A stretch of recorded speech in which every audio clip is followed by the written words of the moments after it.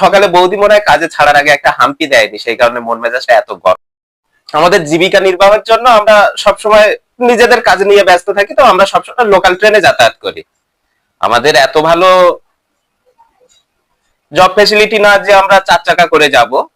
তো লোকাল ট্রেনে কিছু কিছু ব্যক্তি আছে যারা লোকাল ট্রেনে উঠে মানে এমন ভাব করে যে শরীরে টাচ হলে হবে না, পায়ে একটু পা লাগলে হবে না। এসব দেখলে মনে হয় যেন বাড়িতে হয়তো বৌদি বড় একটা বাজারে ফর্দ ধরিয়ে দিয়েছে, না হলে আগের দিন রাতে কোনো কিছু বিষয় নিয়ে এমন খিটখিট ভাব শুরু করে যে সকালে বৌদি মনে হয় কাজে ছাড়ার আগে একটা হাম্পি দেয়নি, সেই কারণে মন মেজাজটা এত গরম। মানে ওই রাগটা অন্যের উপরে দিতে থাকে।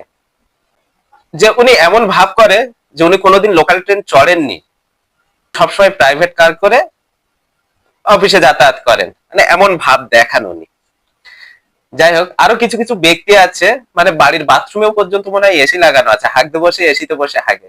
মানে গেটে এমন ভাবে দাঁড়িয়ে থাকে বিশ্বের সব গরম ওর শরীরে লাগতে থাকে, সেই কারণে গেটে হাওয়া খেতে খেতে যায়। আবার কিছু বাচ্চা বাচ্চা ছেলেরা আছে ছাগলের 3 নম্বর বাচ্চার মতো। এই কারণে বলছি ছাগলের 3 নম্বর বাচ্চা, কেননা স্কুল যাওয়ার পথে গেটে এমন ভাবে পা ঘষতে ঘষতে চলে যায়, যে পোস্ট গুলো আছে সেখানে ধাক্কা মারতে মারতে যায়। একজন করছে দেখে আর একজন এসে আবার শুরু করে দিল। মানে দুটো বাচ্চা দুধ খেয়ে নাচানাচি করে, আর একজন দুধ না পেয়ে আনন্দে নাচে, ঠিক সেরকমই এগুলো এক্সট্রা বাচ্চা, মানে ছাগলের 3 নম্বর বাচ্চা মতো।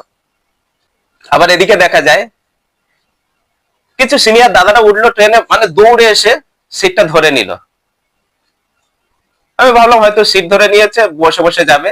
দেখলাম আরো দুজন পার্টনার জুটলো, জুটে ওরা ফোনের লুডো বের করে খেলা শুরু করলো।